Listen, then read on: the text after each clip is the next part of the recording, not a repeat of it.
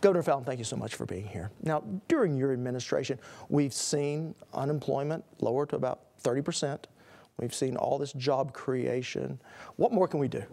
Well, we can't let up. That's the big thing. And that's why I told the legislature, my state of the state, that we have to keep the pedal to the metal. Now's not the time to let up. We're still facing a lot of challenges nationally with sequester and our national financial situation. So while we're doing good in Oklahoma, we're going to continue to focus on pro-growth job opportunities, focus on good legislation. Certainly education is the key to having a stronger, highly skilled, educated workforce. It's going to make a big difference in job retention, job creation, and attracting new industry to our state. Now, I've heard you say multiple times one way to promote job growth is to cut business costs. And I know that you and the legislature are talking once again about workers' comp reform. I thought we did workers' comp reform last session.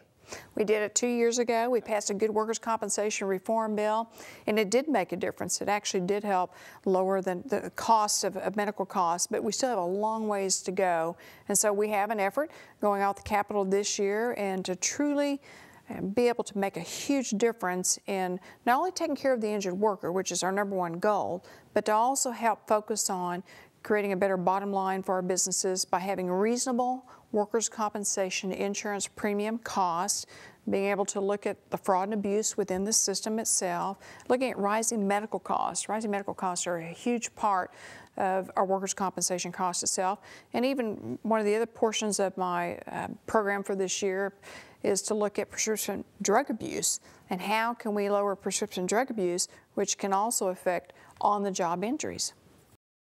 And that really has become an issue just in recent years, has it not? Well, drug abuse and prescription drug abuse in particular has been a problem that's plagued Oklahoma for a while, and we've done something about meth labs in our state, but now it's prescription drugs that is causing us a lot of challenges in Oklahoma. So I laid out a plan during my State of the State speech to help fund more money towards mental health services, which will go to substance abuse treatment, also to emergency crisis centers, to what we call our systems of care within our health department, our mental health department, to determine where does a person need help. Is it a mental health issue? Is it a substance abuse issue? Is it something that's psychiatric? How can we better get that person the care that they need so that we reduce our health care costs, create a better, stronger, more productive workforce, and to address just our needs in Oklahoma? Let's talk a little bit about our state income tax. You've said you're committed to its gradual reduction. Let's contrast that to the very aggressive approach that our neighbors to the north took this past year, where they're actually now talking about some revenue gaps and they're having to fill that with a possible sales tax. You're taking a much slower approach. Well, we're taking a cautious approach in Oklahoma, but I do still believe and will continue to believe that you create a stronger, more vibrant economy, you create more jobs, and I absolutely know that it makes a difference in talking to businesses out of state what our income tax rate is. And of course, the goal is also to give more of our Oklahomans money in their own pocket, especially since the federal government's taking more money now with the recent tax increases they've had, but to allow businesses and people keep more of their hard-earned money because they circulate that back through the economy. And history has shown throughout Oklahoma when we've reduced our income tax that we've been able to grow revenue to pay for that tax cut hit to our state budget, that it more than pays for itself and generates even more revenue back into our economy. But like I said, when I talk to other businesses that may be looking at Oklahoma versus California or Illinois or New York or some of the other higher tax states, when they see that Oklahoma has a reasonable income tax rate, it makes us more attractive to be considered for either job expansion or for recruiting new businesses here. You look at California, they have huge budget shortfalls. They've had a lot of problems over the many, many years. They don't have the revenue they need for their economy. They've raised their taxes, I think it's up to somewhere around 13% compared to our 5.25%. Kansas did lower their income tax rate down to 4.9%, and they're going to lower it even more gradually. Texas certainly has no income tax, and so we're in a very competitive marketplace, and I want to make sure Oklahoma can provide for essential governmental services, for education, for public safety, for health care, for the things that are important to Oklahomans, but yet have a reasonable tax rate. Do you ever worry, and then I'm going to throw out an economic development term, that race to the bottom, that if we get to a point where we don't have enough revenue coming in. We may attract businesses into the state, but we may not have the infrastructure, whether that be roads or education, to keep them here. Well, absolutely. We have to think about our infrastructure in our state. We have to think about funding education. We have to think about funding our roads and our bridges in our state. Certainly, we're going to have more requirements under the new Affordable Health Care Act of things we have to do for health care in our state. We certainly have correction issues. We want to make sure our public is safe.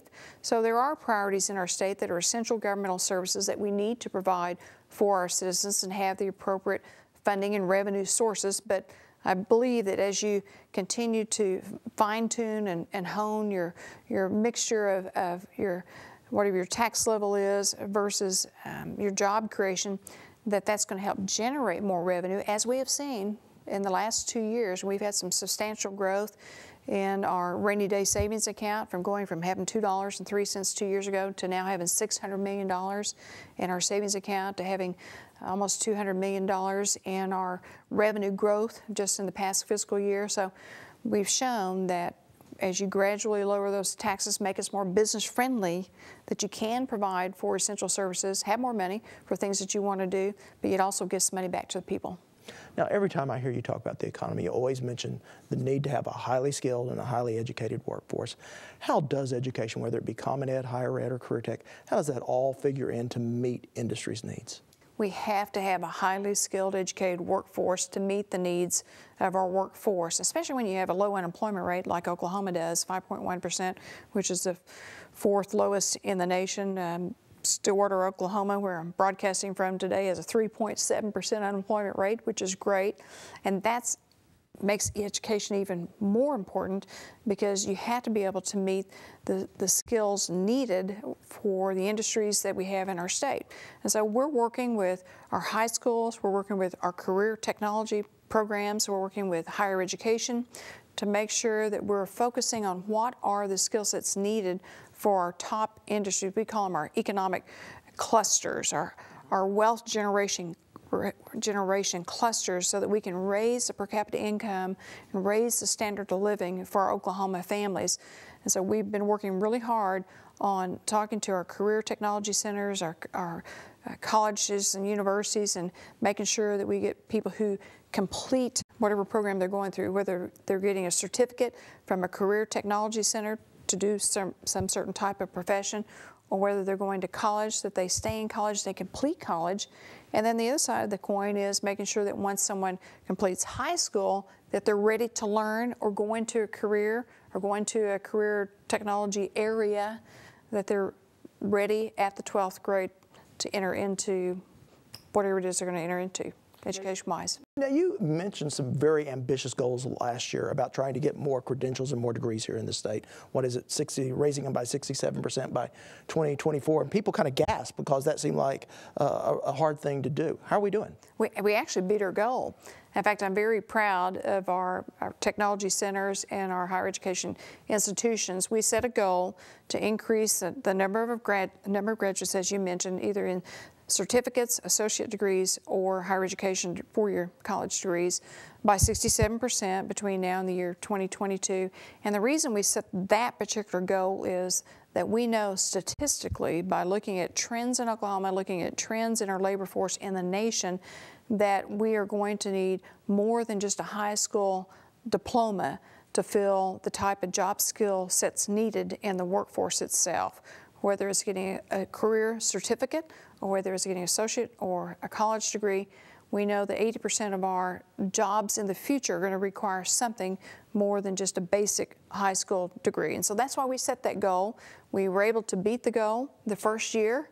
Now the challenge is we have to continue to ramp up those numbers, and then we'll be prepared to have a stronger economy by having the skilled workforce that we need.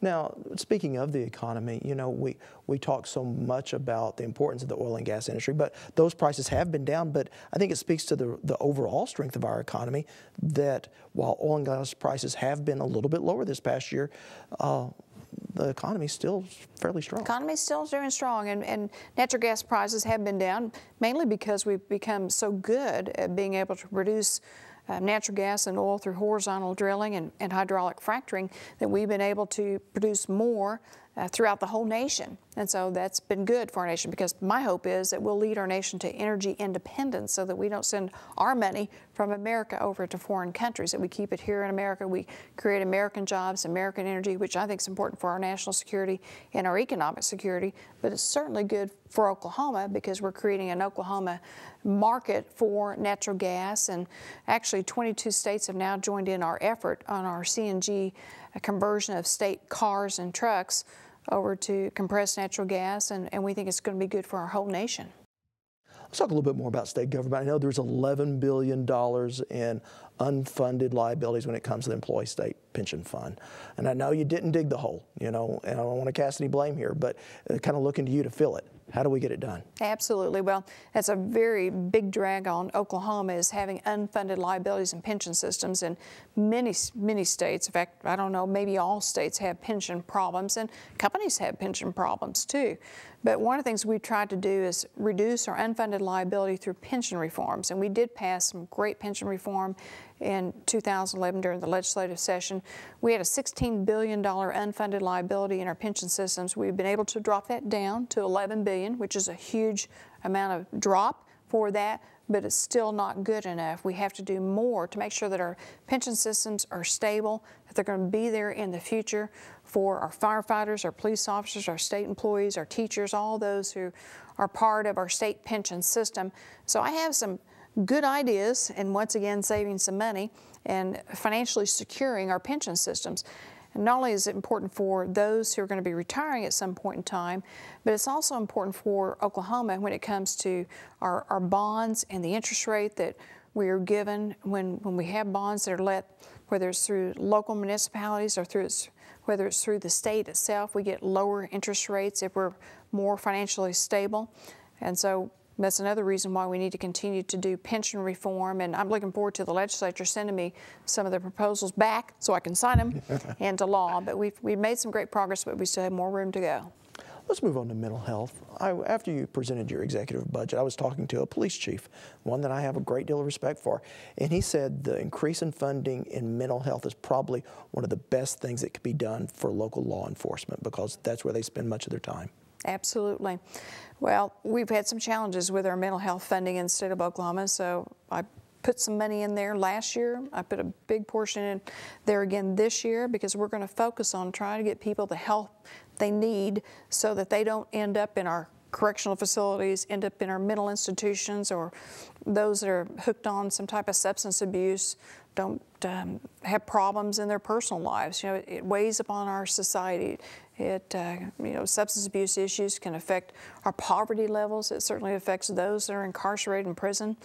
I see probably 80 to 85% of the pardon paroles that come through the system have some type of drug-related conviction associated with whatever the crime might have been that they perpetrated and ended up in our correctional facilities. There are just those who just suffer with addiction issues, especially prescription drug addiction issues, which is on the rise in our state. So we need to put the resources to helping people with substance abuse treatment, our systems of care, which are in our communities, to be able to determine where does a person need help, and also to help with our psychiatric issues in our state. If someone could get some medicine that they need to help them with, say, bipolar disease or something like that, help them get back on their feet to become a productive citizen, that's good for Oklahoma. Madam Governor, thank you so much. Thank you. You always do a good job, Rob. I appreciate it.